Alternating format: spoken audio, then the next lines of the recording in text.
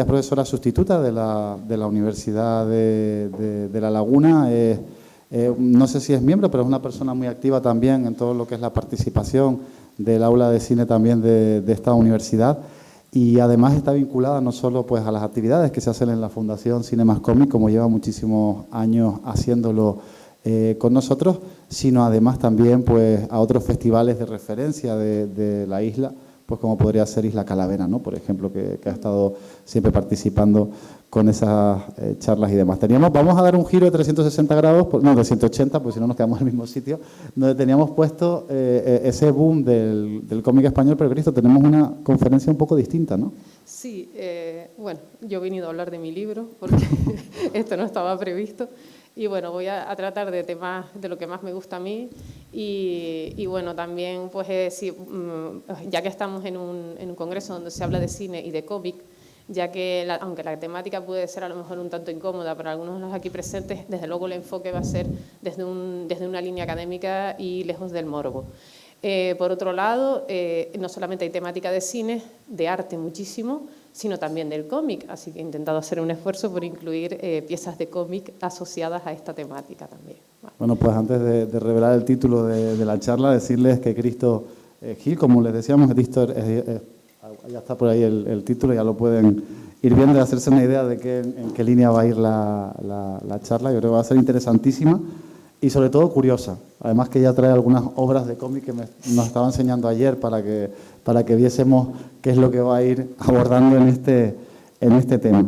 Ella realizó una tesis doctoral para ser doctora por Historia del Arte llamada Erotismo y Transgresión, la representación de la feminidad como símbolo de poder. Les digo también que es componente del Instituto de Estudios Canarios, que hoy nos ha abierto las puertas, como en todas las ediciones del Congreso, la verdad que muy gentilmente para que podamos realizarnos y podamos reunirnos aquí en esta jornada inaugural. Y además también, si no me equivoco, es miembro muy activo y de Sui Generis Madrid, que es de ese colectivo que también se dedica a la investigación con unos tintes, con unos toques de lo que nos va a abordar en la charla de hoy. Así que, Cristo, yo te voy a dejar aquí ya que abordes la charla. Te dejo por aquí el agüita por si lo necesitaras y vamos a darle un fortísimo aplauso, por favor. Gracias.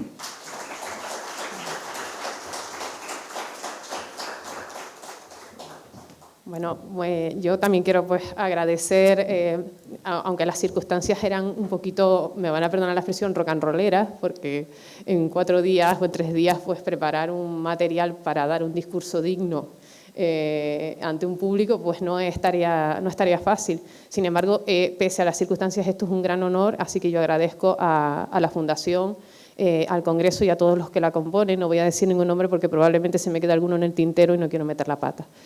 Y agradecer esto en la mañana, que pese a los nervios es un tema que se disfruta mucho y que tiene mucho más de complejo de lo que parece, porque, bueno, el título de mi charla es La incombustibilidad del deseo, está claro que es sexual, en los linderos de la muerte.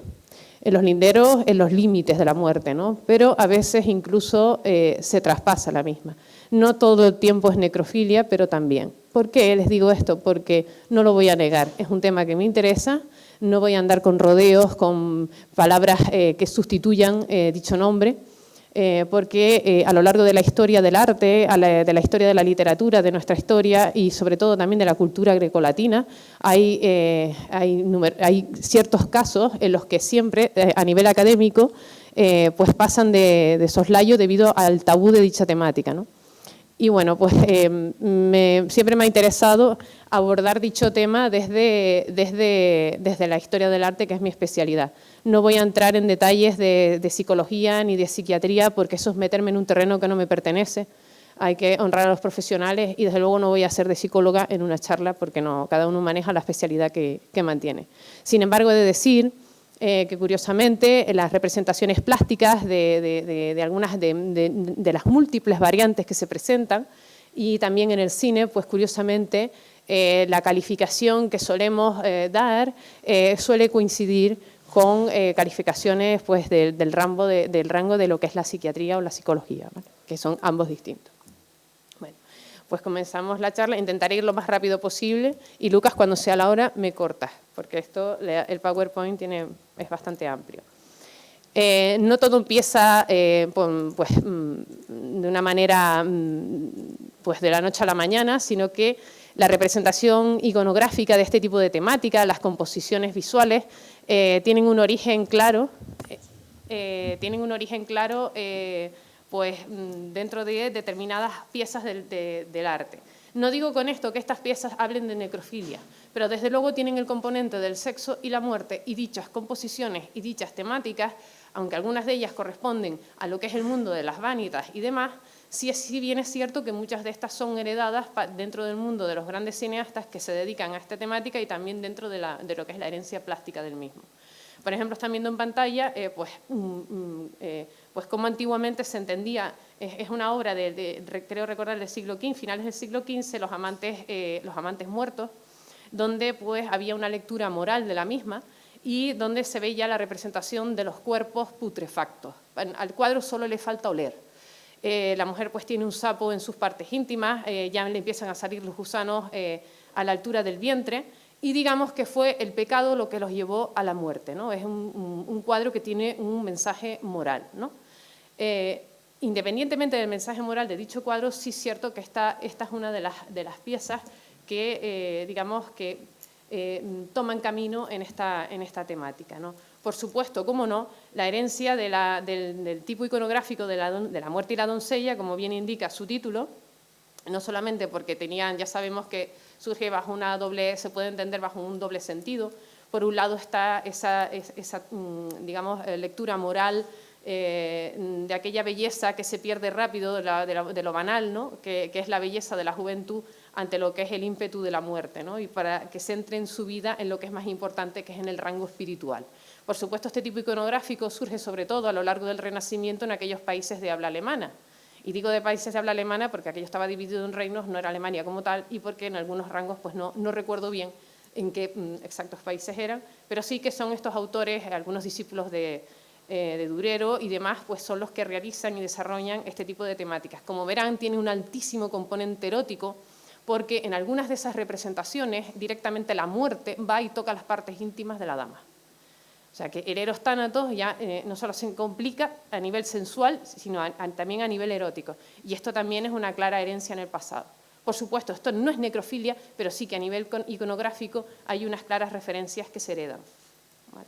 Aquí tenemos otro ejemplo de esto, cómo en el siglo XIX se continúa con eso, como el famoso cuadro de la Bella Rosine de Antoine Birs, que además tiene un trasfondo bastante perturbador, porque la que está representada era la amante de no recuerdo qué príncipe de Saboya de aquel entonces, y que había generado un auténtico escándalo en la sociedad de aquel entonces. El hecho de pintarla como si fuera la muerte y la doncella tenía unos claros tintes. Veremos que esto no es algo que se continúa, no solamente en este modelo, sino que es algo que luego deviene en lo que luego les voy a contar.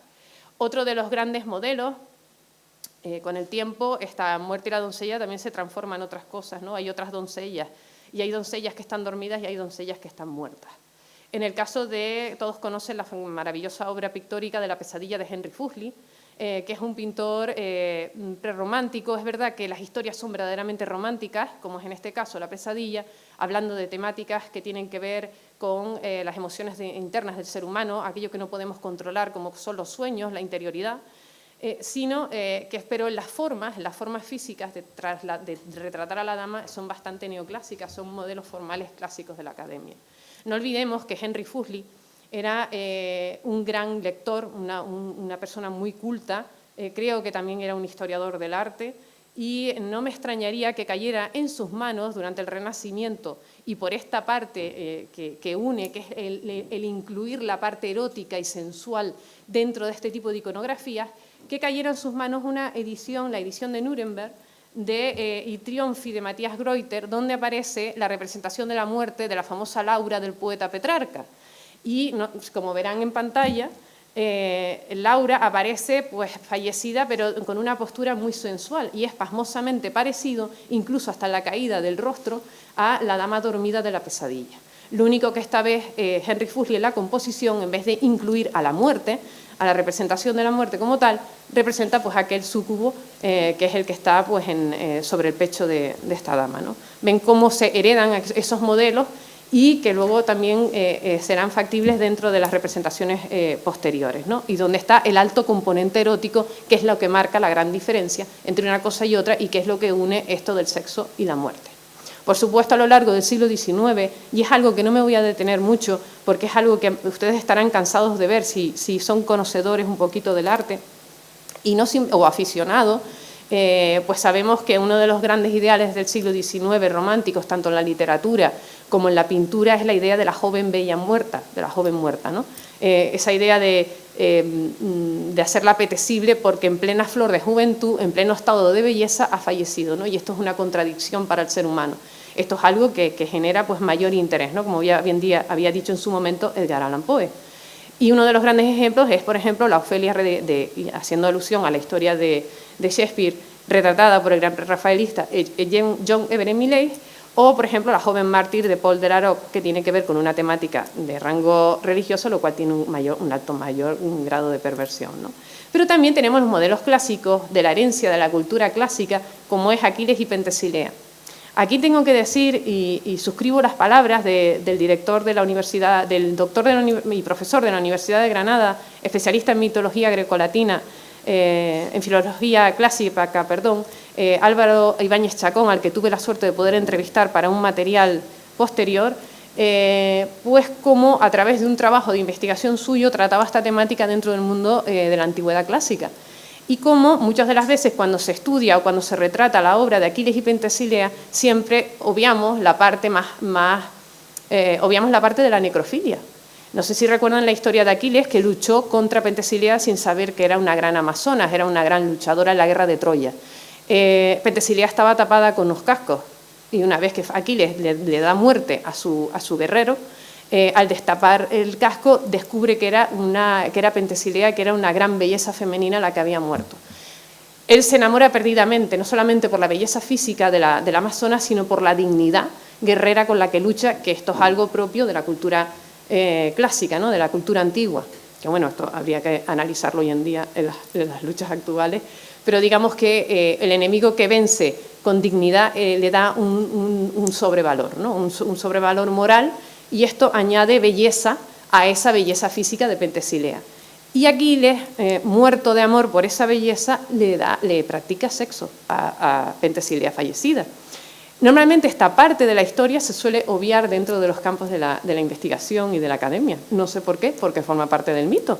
Y miren, nada más y nada menos que Aquiles, que es uno de los mitos archiconocidos. Está bien que no conozcan la historia de Dimetes, que está en una obra menor, pero en el caso de Aquiles siempre, esta parte, siempre la figura del héroe épico, esa luz es tan grande que tapa estas sombras, ¿no? También porque es un tema tabú dentro de nuestra sociedad y, por supuesto, también eso se refleja en la investigación y es algo que deberíamos de empezar a destapar. Hay una cierta evolución en el arte que está, y en la historia, hay ciertos fenómenos sociales, avances que ocurren, que no es que hagan necrofilia, pero sí que son imágenes que heredan los artistas que trabajan esto después en el cine y que sin querer lo heredan, porque digo sin querer por lo que contaré luego, ¿no?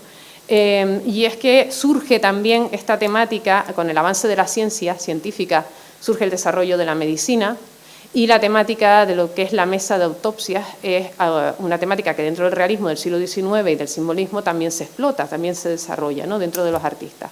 Hay numerosas piezas, aquí yo solamente he tomado unos pequeños ejemplos, uno de finales del siglo XVIII, porque me parece muy cómico y porque también el gran caricaturista Rowlandson, en inglés Rowlandson, que hace pues el cirujano perseverante y hace de manera muy irónica y con mucho humor, retrata la realidad de su tiempo con esto de las medicinas, de la disección de cadáveres, puesto que se había generado un problema, ¿no? Y era ya difícil conseguir cadáveres pues para las autopsias, con todo lo que generó en su momento de robo de cadáveres, etcétera, etcétera, que sí es verdad que existió.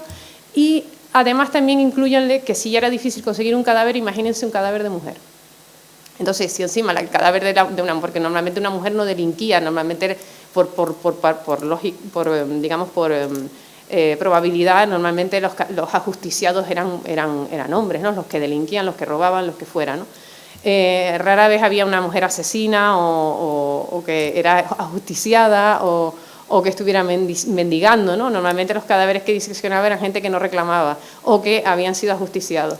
Entonces era complicado conseguir un cadáver femenino. Lo sabemos porque también a lo largo de la historia, por ejemplo, cuando surgen las figuras de las Venus anatómicas, no solamente era por esto, sino también porque el avance dentro de las ciencias lleva su tiempo y también para evitar el olor dentro de las autopsias, ¿no? Hoy en día hay un montón de cuestiones para evitar esto, y las figuras de las Venus anatómicas estaban perfectamente para sustituir eso, y también por la falta de cadáveres femeninos. Entonces hay un impulso erótico, porque digamos que cuando se representa una mujer dentro de una mesa de disección, pues la presentan joven, la presentan bella, la presentan pues esas jóvenes fallecidas, esa iconografía con esa piel tersa que no parece que se ha muerto, que parecen más bien que están dormidas, las hacen apetecibles. El arte hace que nos convierte a nosotros, a los espectadores, en auténticos voyeurs y en necrófilos en potencia, dicho en el buen sentido del término, y permítanme la broma, pero hace apetecible el cadáver. Y esto ya lo nombraba Pilar Pedraza en sus escritos. Hay una obra maravillosa que es de un autor español, Enrique Simonet, que además era una obra de academia, tenía que representar un desnudo femenino, y eligió esta temática, ¿no? Enrique Simonet. El título tiene mucho encanto porque se titulaba o la autopsia o y tenía corazón. Y verán que el cirujano, siempre los cirujanos se muestran impasibles, desde el término científico son médicos, van a diseccionar cadáveres y ellos no entienden el cadáver como algo deseable. Pero sí que los artistas lo representan como tal y a quien están interpelando es al espectador. Tiene el corazón de la fallecida en la mano. Si seguimos adelante en el tiempo, sí es cierto que la variedad temática en el cine, tenemos pues películas más de tipo comercial como El cadáver de Anna Fritz, tenemos un sinfín de películas donde se une esta temática de la necrofilia a los escenarios de las mesas de disección, a las mesas de autopsias y demás. Pero tenemos una obra maestra de un director de cine español del año 94 que se llama Aftermath. Es un cortometraje que fue muy incómodo en su momento, cosa que Nacho Cerdá nunca quiso, porque lo que pretendía Nacho Cerdá, este cortometraje formaba parte de una trilogía que era Génesis, Aftermath, Awakening, Aftermath y Génesis. Y era una trilogía de cortos que reflexionaban acerca de la muerte. Desde diferentes puntos de vista, pues quería reflexionar acerca de la temática de la muerte, ¿no? O de la profundidad de la muerte. Él comenta que este cortometraje lo que quería era enfocarlo desde el punto de vista de la muerta, del cadáver, como si fuera la muerta la que estuviera viendo el entorno en el que estaba pasando. El cortometraje tiene una garantía, y es que también peca de realismo, puesto que Nacho Cerdá lo hizo en una mesa de disección de verdad del Hospital de Barcelona, de un hospital en Cataluña, no recuerdo si el Hospital de Barcelona, porque me imagino que habrán más, y aprovechaba por las tardes que ya terminaban de diseccionar cadáveres y de hacer autopsias para él limpiar esas mesas y poner a los actores encima de las mismas mesas donde habían hecho las propias autopsias. Es decir, que no les quepa la menor de las dudas que en aquellas neveras habían cadáveres cuando él estaba rodando este cortometraje. Por supuesto, los médicos y demás no sabían de qué iba la temática de Aftermath, porque tampoco Nacho Cerdá consideraba que esto era, no quería que fuera un cortometraje sobre necrofilia, sin embargo, las escenas de necrofilia son tremendas. Esto genera un impacto dentro del cine porque incluso los críticos de cine, expertos en todo este tipo de cine de terror, donde ya lo hemos visto todo, ¿no? De terror extremo y demás, pues ven algo que los saca de las casillas. Les genera muchísima incomodidad a quienes supuestamente estaban acostumbradísimos a ver lo gore, no lo gore porque sí, ojo, cuidado, sino a ver temas verdaderamente incómodos. Y digamos que Nacho Cerdá aquí rompe, marca un precedente dentro del cine, así lo creo, y así lo digo y así lo afirmo. Dentro con este cortometraje que él no pensó que esto fuera a generar tanta inquietud y tanto revuelo. Veremos que en las imágenes es pasmoso el parecido que utiliza, pues quise hacer el paralelismo visual con las famosas Venus anatómicas que estaban vistas para la bisección, que las hace atractiva incluso con las vísceras por fuera, incluso nos hace ver atractivo incluso aquello que va más allá de la muerte, ¿no? Traspasar la piel. vamos a no poner este trozo porque es innecesario, porque aunque él dice que no va de necrofilia, hay mucho de necrofilia. El gran actor Pep Tosar hace un papel muy incómodo, yo creo que uno de los más interesantes de su vida, y sé que se quedó bastante tocado después de haber hecho este cortometraje. Yo invito a que lo vean y a que juzguen ustedes mismos.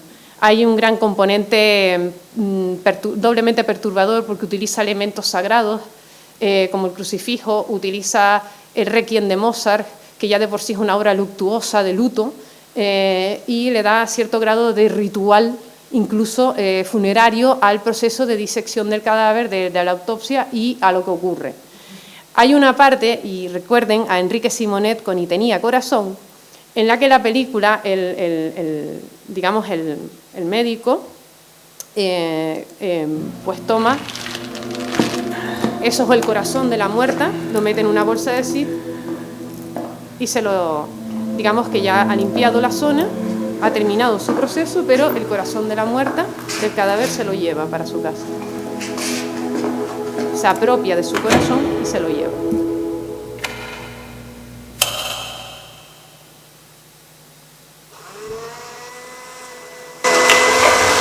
¿Y qué hace con el corazón?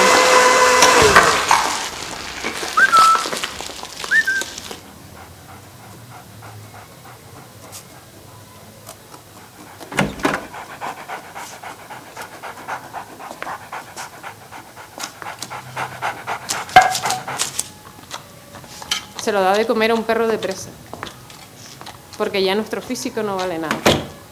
Probablemente tenga otras lecturas también, porque la metáfora de apropiarse del corazón de alguien cuando ya no se puede defender tiene una lectura interesante, ¿verdad? Hay historias en el Renacimiento, me estoy acordando de la famosa historia de Natalia degli Onesti, que retrató Botticelli en su día, donde también pues la dama a la que persiguen porque no se quiere casar, la abren en canal y se la dan de comer a los perros de presa, a los perros de cacería.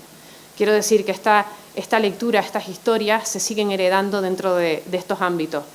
En una entrevista reciente a Nacho Cerdá se le comentó el paralelismo tremendo, que si él había conocido en algún momento la obra de Enrique Simonet por aquello del corazón, porque hay un momento en el que el médico tiene el corazón en la mano.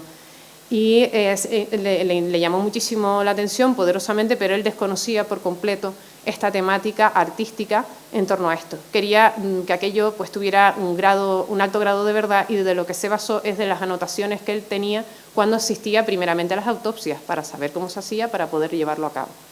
La verdad con la que está hecha este cortometraje es verdaderamente de gran interés, y con todo lo que ello suscita. Dentro del arte y transformando esto de las autopsias, esto tiene una evolución, no se vayan ustedes a creer que esto se queda en las mesas mismas, sino que otra artista que nos ha hecho sin querer y en un sentido metafórico una especie de necrófilo es la artista mexicana Teresa Margolles. Ella lleva trabajando desde los 90 y los 2000, ella era forense, o lo es, pero se dedicó sobre todo al arte. Ella hace instalaciones, es artista y también es fotógrafa. Su misión es llevar la morgue, convertir la morgue en una obra de arte, y todo lo que ocurre en la morgue como una obra de arte para dar un mensaje.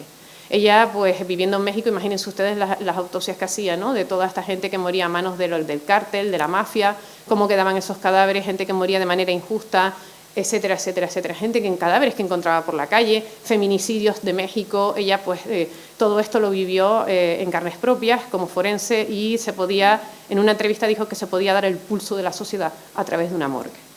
Esto es muy interesante, y ella, pues, organiza colectivos y realiza unos trabajos muy interesantes que se han presentado en la Bienal de Venecia, por ejemplo, en grandes bienales. Y bueno, tiene unas instalaciones como las que están viendo en pantalla, vaporización y aire, donde uno traspasa esas instalaciones y nos invade un pequeño vapor de agua. Ese vapor de agua es el agua que ella utilizó para hacer las autopsias a los cadáveres, eso sí, purificada, pero esa agua pasó por los cadáveres.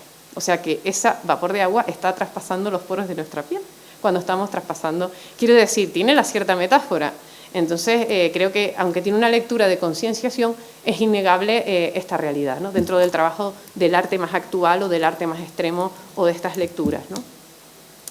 Dentro de esta línea, ya dejando a un lado lo que es la parte de la escenificación de lo que son las autopsias propensas a esta temática, pues quería hablarles, aprovechar la ocasión para pues hablarles del concepto de la necrofilia romántica en la práctica y en el cine, que es aquella necrofilia donde pues viven escenas desagradables, pero que son personas que pues han perdido a su ser querido, a su ser amado, y que no pueden soportar la pérdida y llevan o una de dos, o momifican el cadáver y conviven con él, que hay casos en la vida real, los conocemos, ¿verdad?, en el pasado, en la historia, sino además también pues surgen una serie de obras literarias al respecto.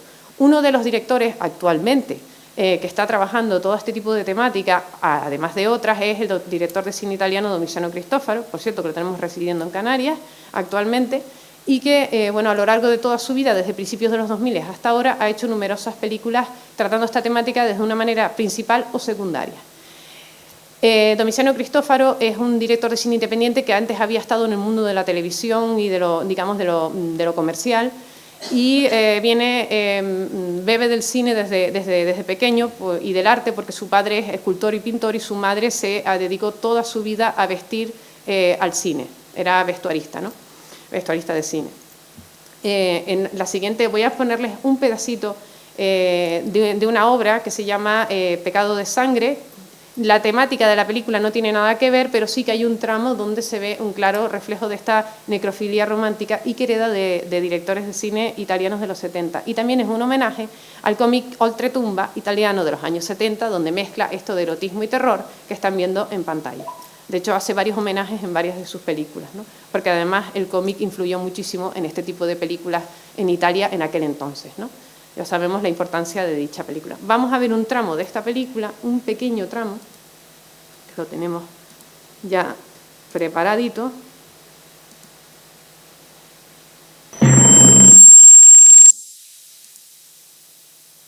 Perdonen que lo adelante porque no he podido hacer cortes porque está en una plataforma y es imposible bajarlo.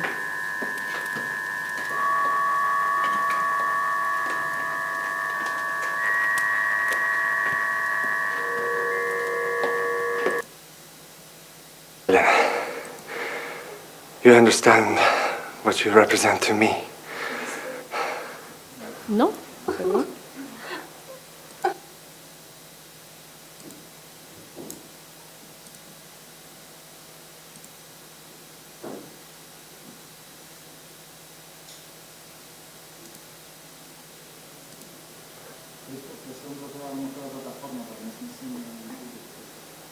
De la plataforma. No, pero la tengo, se puede ver aquí perfectamente.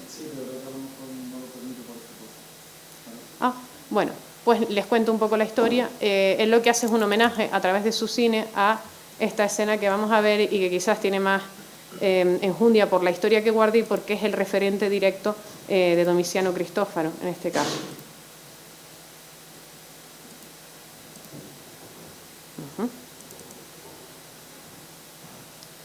Aquí se me desdobló este tema. Tengo un problema aquí. Ahora sí. No. Yo estoy viendo otra cosa y ustedes están viendo otra cosa totalmente distinta.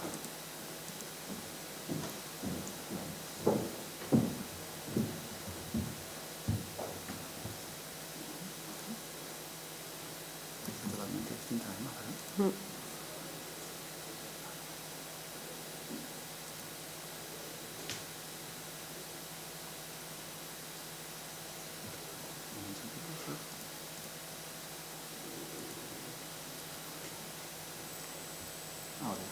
Muy bien, gracias, Lucas.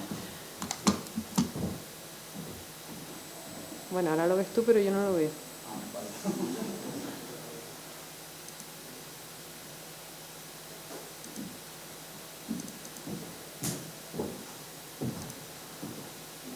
Lo tengo abierto dos veces.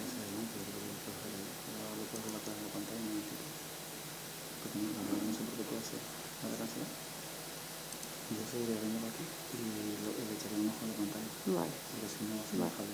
Bueno, pues de la obra que homenajea a Domiciano Cristofaro en esa película es directamente pues uno de los grandes maestros del cine italiano, y quien mejor retrató con maestría, con elegancia esta temática, que además tiene su historia en casos reales.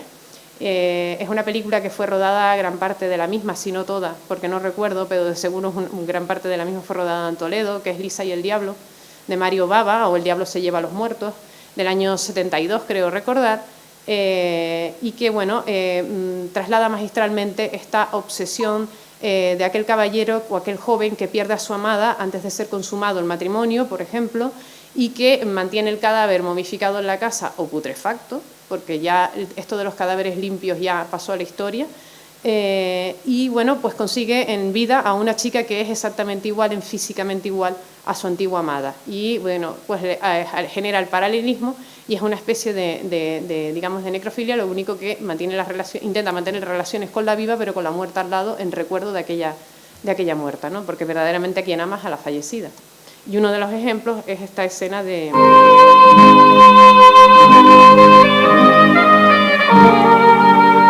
se mueve.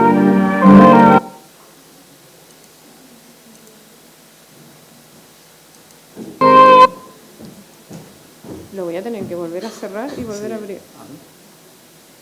Cerrados todos, porque lo tienes como 3 veces abierto, puede ser, ¿no? Cerrado, ¿no?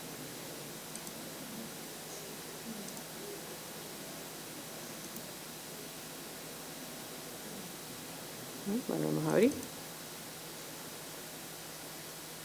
No, se desconectó totalmente. Vamos a ver.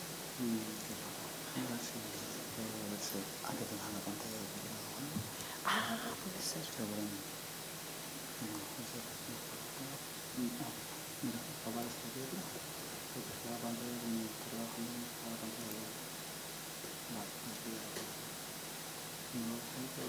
Bueno.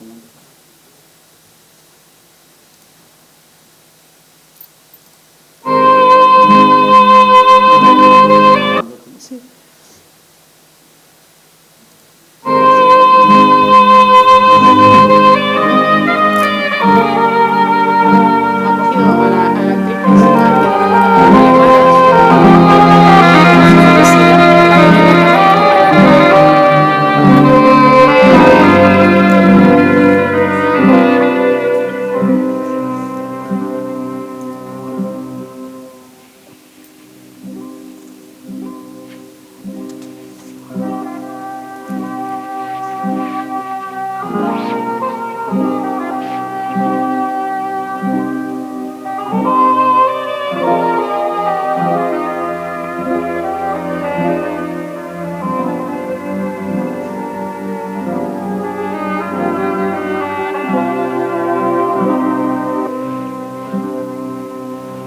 Dovrà essere diverso con te.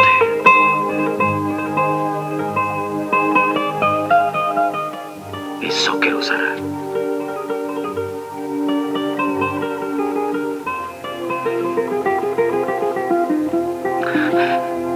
Deve essere diverso.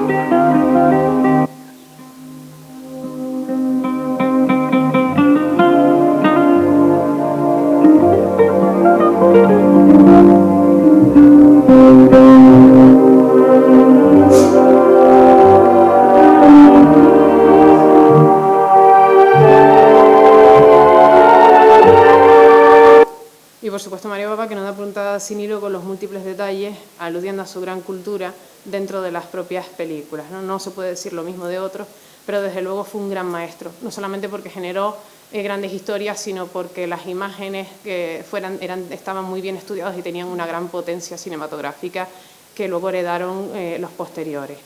Obviamente las imágenes, aquí lo pueden ver con más detalle, las imágenes, muchos han sido los directores de cine italianos que han explotado esta misma temática dentro de su cine, como Demencia de Joe D'Amato del año 79, y podría contarles infinidad de historias al respecto.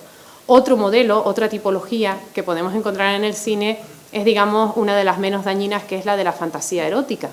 Y una de las grandes películas donde se narra este ejemplo de una manera magistral es Belle de Jour, del grandioso director de cine español, Luis Buñuel, ¿no?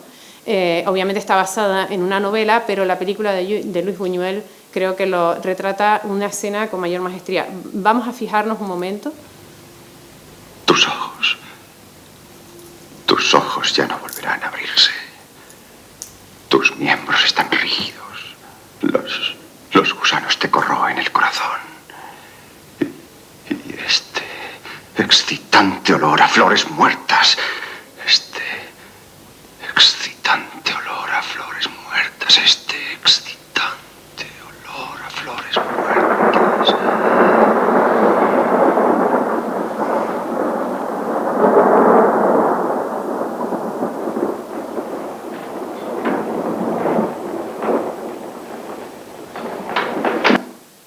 La gran Catherine Deneuve haciendo un gran trabajo en este film. Verán que la película pues era un señor, un duque, que se excitaba pues, con que las mujeres simularan estar fallecidas y además en su duelo con su féretro y con las flores y demás. No sé si se fijaron en el discurso, este excitante olor a flores muertas. A mí me recuerda muchísimo, no es exactamente igual, por supuesto que no, pero a mí me recuerda que también en la literatura tenemos mucho de esto. Por ejemplo, me estoy acordando de Sonata de Otoño, de Ramón María del Valle Inclán, cuando el Marqués de Bradomín narra, cuanto más cerca está Concha de la muerte, él más se excita. Y esto se ve a través de su discurso. Es muy interesante, ¿no?, al respecto.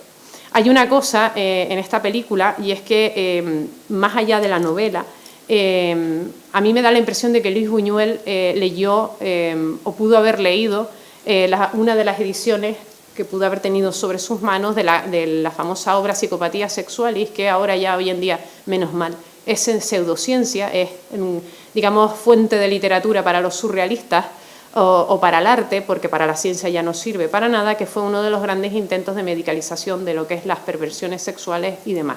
Y entre ellos se retrataban, pues, se describía pues todos aquellos formatos de sexualidad que no se ajustaban a lo que se entendía que era lo normal en aquel entonces. Por esto es pseudociencia.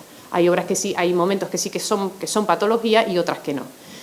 Uno de esos grandes libros es el de Krafft-Ebing, del alemán Krafft-Ebing, Psicopatías Sexuales. Y en esta obra que escribió Krafft-Ebing, el psiquiatra, recoge la historia real de un arzobispo que gustaba sexualmente de contratar a prostitutas, vestirlas con su mortaja blanca y practicarles el coito metidas en un ataúd. Esto pasó de verdad y este caso lo recogió Krafft-Ebing en sus Psicopatías Sexuales. Desde luego, para ver una realidad de una época es indiscutible. Ahora, para saber qué es lo que es patológico o no, este libro desde luego no es un referente. Pero esta escena a mí me recuerda más que pudo haber sido que Luis Buñuel se le hubiera leído esta obra, porque tiene mucho que ver con, casi calcada la historia. Por supuesto, también tenemos jóvenes muertos, no todos van a ser víctimas femeninas, y la temática masculina también está presente, y sobre todo en la cultura la cultura de la Grecia antigua, de la Grecia clásica, donde, aunque creo que esto es del helenismo, no recuerdo exactamente a qué periodo histórico, qué siglo exacto, aparece esta historia de la historia famosa, el mito de Laodamía y Protesilao. Protesilao fue uno de los, si no el primer guerrero que murió en la guerra de Troya. Él estaba recién casado con Laodamía pues esta muere de pena porque su recién flamante estrenado marido pues muere apenas estrenado el matrimonio pues en la guerra de Troya. Fue desembarcar y fue uno de los primeros, si no el primero en caer, que ya se había inaugurado, o así lo cuenta el mito. Esta historia, Laodamía, se dice que había edificado una efigie, había hecho una efigie, una estatua, pues digamos muy igual a lo que era Protesilao, para poder mantener relaciones sexuales o abrazarse a la estatua de su marido para recordarlo y para hacer creer que seguía con él, porque no podía soportar la idea de que Protesilao hubiera fallecido. Por supuesto, joven, portentoso y con gran belleza también, ¿no? Hay otra parte de la historia, esta tiene sus variantes, es un mito bastante complejo, donde dice que de algún modo Protesilao resucita, entre comillas, para tener momentos puntuales de sexo con ella, ¿no?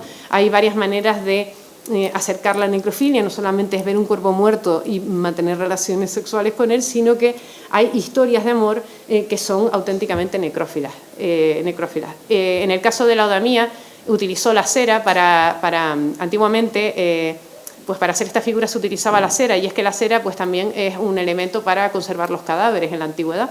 pero también tiene elementos, aparecen otros elementos como la morcilla y demás que estaban asociados a las relaciones, digamos, de alcoba, ¿no? de relaciones personales.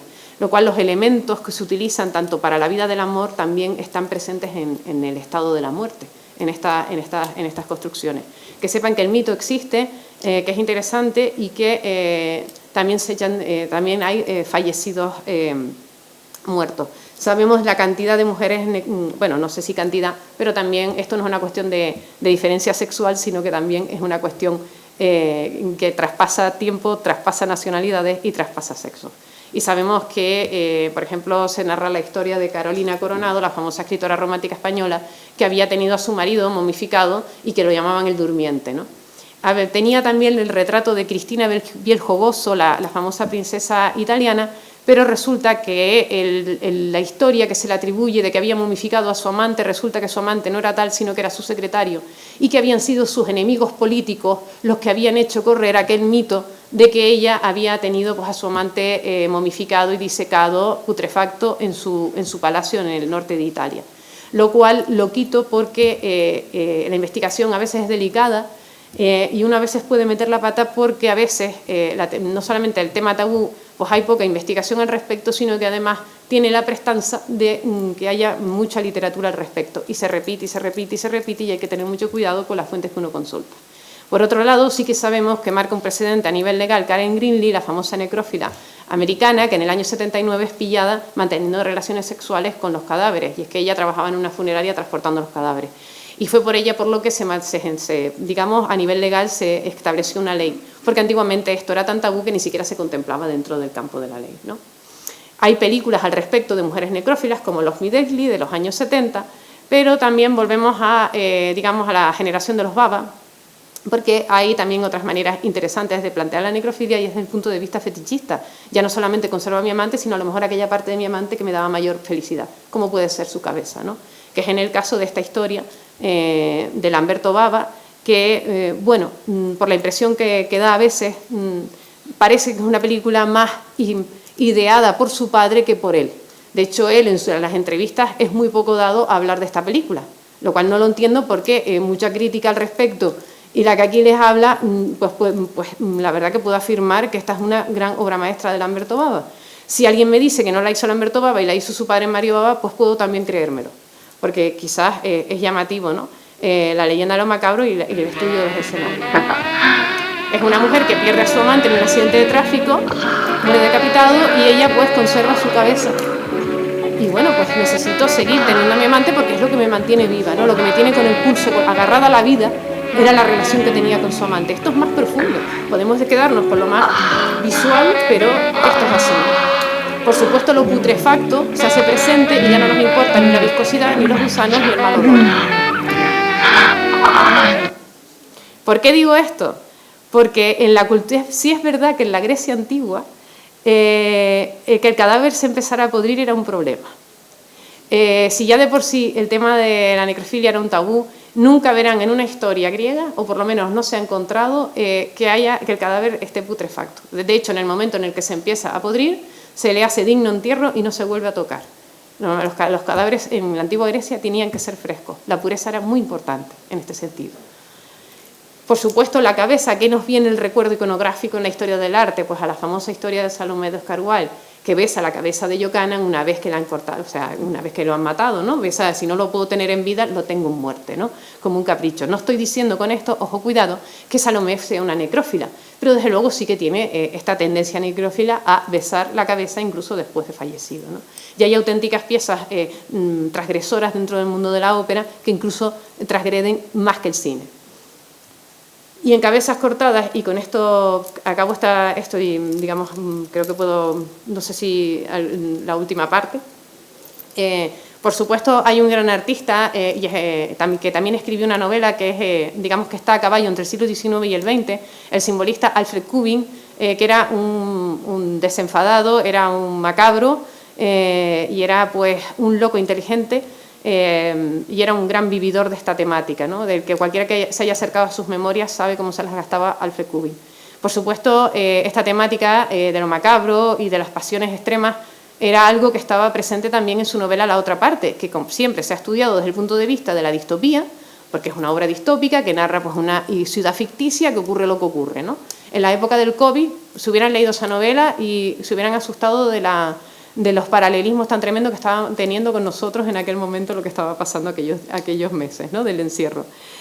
En esta parte hay un personaje femenino que se llama Melita, que es la mujer de un médico y la que levanta las pasiones. Ella tiene su amante, tiene a su marido médico, pero es que ella mantiene relaciones con casi todo el mundo porque digamos que es la representación máxima del erotismo hecho mujer.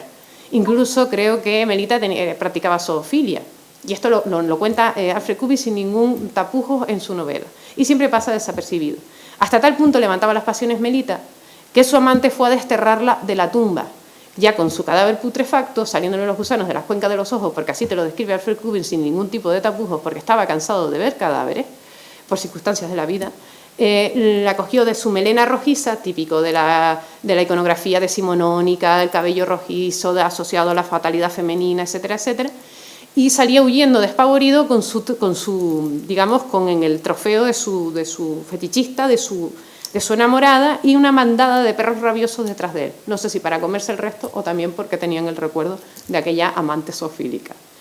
Y tiene el retrato de la cabeza de Melita en esta obra, ¿no? Muchísimas obras literarias al respecto. Dentro del campo de necrófilo, y simplemente lo voy a citar de soslayo para ir más adelante en el tiempo, es inevitable citar la obra de Budgeray, no porque genere mayor interés, sino porque es verdad que fue bastante transgresora a finales de los 80 y luego Necromantis 2 en el 90 y algo, y luego pues hizo Necromantis 3, porque como no pudo hacerlo, él no quería seguir haciendo cine de Necromantic, pero sus fans le pedían por favor la tercera parte de Necromantis y dijo, pues lo voy a hacer en cómic. Así que lo tienen aquí, creo que si alguien está interesado pues lo puede ver sin ningún problema. De hecho creo que se editó hace años atrás, quiero decir que este cómic no es de la década de los 90, sino que es relativamente reciente. Digamos que Budgeray fue de esos directores de cine alemán que se atrevió a hacer una temática bastante transgresora para como es Alemania, que pese a las novedades y pese a las vanguardias, con el tema de la violencia tiene un problema. Y tiene un problema con la producción de ciertas libertades cinematográficas. Y Necromantis sufrió esto mismo, sobre todo, increíblemente, Necromantis 2, que ya estábamos en la entrada de los 90 y que fue la película un intento de destrucción de las cintas de la película. Estábamos en la época del analógico todavía, o sea, tenían las cintas, los rollos de película, pues intentaron eliminarla por completo, se conserva. El actor Mark Reeder, que hizo de personaje masculino dentro de Necromantis 2, se impactó de que esto generara tanta controversia, ¿no? Porque desde luego es lo celebra como algo muy punk, muy festivo, muy transgresor, pero sin una mayor trascendencia. Así que, bueno, nos vamos a ver escenas de la película para no enrollarnos y, por supuesto, entre necrófilas anda el juego. Domiciano Cristófaro también hace una libre interpretación de aquel personaje de Karen Greenlee, que ha generado muchísima obra cinematográfica, con su obra Confesiones de una mujer necrófila. Miren, en el campo de los, y con esto ya voy cerrando, en el campo de los asesinos en serie es verdad que hay asesinos necrófilos. A mí no me genera tanto interés porque de un asesino esperamos cualquier cosa. Si además practica la necrofilia, pues miren, puestos en la lista de los horrores en un asesino, pues es algo que no nos choca. Nos choca más de una persona que vemos muy normal en la calle, que tiene una vida muy normal con nosotros y que presenta estas peculiaridades en su interior, ¿verdad? Es más chocante ante una persona que no te lo espera. De un asesino, pues esperamos cualquier cosa. ¿Representaciones en el arte de esta temática? Miren, claro que las hay. Por supuesto, el acto en sí pocas veces se refleja, porque tampoco es cuestión. Pero sí bien es cierto que muchos de los artistas de la nueva objetividad alemana, que muchos conocerán, Georg Gross, Otto Dix, Rudolf Schlichter, que son conocidos ya por otro tipo de temáticas, después, bueno, La noche de Weimar, El mundo del cabaret, La realidad de la guerra en Otto Dix, que fue un veterano de la Primera Guerra Mundial y que gracias a él conocemos muchos horrores de la guerra a través de sus trabajos pictóricos, sus acuarelas y sus dibujos. También tienen una sección muy interesante, menos conocida, de los asesinos sexuales en Alemania. Ustedes saben que en la época de la República de Weimar, esto de los asesinos de prostitutas, pues campaban a sus anchas, pues por la crisis económica, social y todos los niveles que tenía, ¿no? Cuanta más crisis hay, más problemas de violencia existen. Y digamos que entre todas estas temáticas, es verdad que muchos de ellos se inspiraban en los recortes de prensa de sucesos que veían y muchos de estos asesinos, pues miren, hay que hilar fino porque muchos los ponen con el apelativo de necrófilos, pero no lo eran. Eran caníbales, que bueno, ya también tiene otra cosa, pero muchos de ellos a lo mejor eran necrófilos o no, pero sí es cierto que hay temática al respecto en este planteamiento. Verán que no se cortan ni un pelo a la hora de retratar la sangre, los cuerpos desmembrados, etcétera, etcétera, y que esto no es ninguna, digamos, ninguna tibieza dentro del arte. De hecho, ellos no escatimaban en detalle. Incluso 2 perros llevados por el acto de violencia los lleva a practicar sexualidad, el ambiente. Imagínense hasta dónde llegan estos autores, ¿no? Por supuesto, también la obra de George Grosz hizo especial hincapié en esta temática y, sin embargo, en el caso de Rudolf Schlichter, a diferencia de sus anteriores, de sus compañeros, es que la temática del cuerpo femenino no se ensaña con la sangre, sino que además le sigue dando una cierta belleza, una cierta dignidad y hasta un atractivo erótico. Parece que al espectador nos está invitando a excitarnos sexualmente con esto. Esta escena es especialmente interesante porque el asesino está sentado en las escaleras y parece como que se toca los genitales, da la impresión de que se va a masturbar. Y es una belleza femenina que además está en un entorno totalmente desapacible, es totalmente abyecto, porque están en un callejón en torno a la basura con el perro, ¿no? O sea, que esto de la película de Hitchcock, Frenesí, y estos otros films de misterio donde aquella bella joven muerta que aparece en la basura o en el pantano o en donde sea, esto ya se daba dentro del arte, ¿no? Y lo tenemos el referente aquí. Representaciones en el cine de asesinos en serie, Kuno Hoffman, por ejemplo, no vamos a detenernos, ¿no?, en todo esto. Y sí que en el arte, dentro de las ilustraciones de los ilustradores de corte erótico, también explotaron esta temática, como Martin van Malle. Y volvemos a Alfred Kubin con El beso. Y es que este dibujo a mí me tenía pues persiguiéndolo, porque no había manera de encontrar los motivos reales de esta ilustración. Porque capaz que Alfred Kubin se enteró de algún caso real y lo quiso retratar. No me extrañaría nada. Pero no, parece ser que lo realizó cuando murió su prometida Amy, de la cual estaba tan enamorado que quiso retratar ese amor tan exacerbado que sentía por ella y ese amor tan frustrado a través de esta imagen, ¿no? Que no es nada más y nada menos que un cunnilingus a un cadáver que ya está putrefacto. O sea, que te estaba diciendo que es un amor que traspasa hasta el olor y la pudredumbre, ¿no? Así que bueno.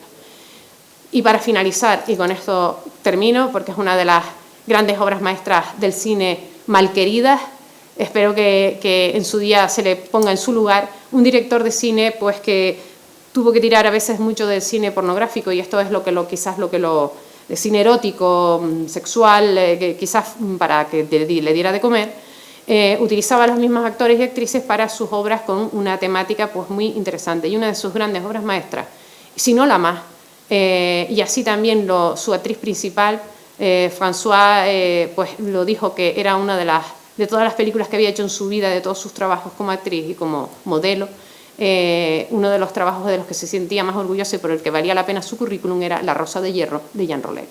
La Rosa de Hierro es un acto de amor necrófilo desde el principio a final en un sentido metafórico del término. La pareja gira en torno al interior de un cementerio durante casi toda la película y ella se va transformando y se va poseyendo. Y una de las maneras de representar esta unión entre sexo y muerte es precisamente amarse en el entorno de una fosa común, abrazarse entre los muertos.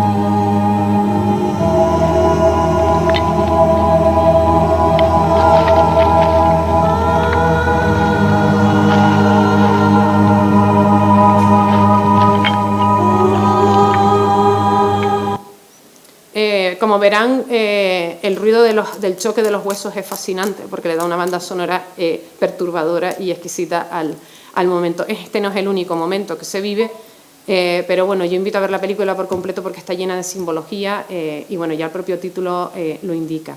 Verán que cerca queda a veces la iconografía de la muerte y la doncella de algún modo, lo que pasa es que esta vez la pareja y la muerte, ¿no? En ese sentido. Damas y caballeros, yo creo que aquí finalizo porque si no me van a liar y bueno, y con esto creo que lo dejo aquí.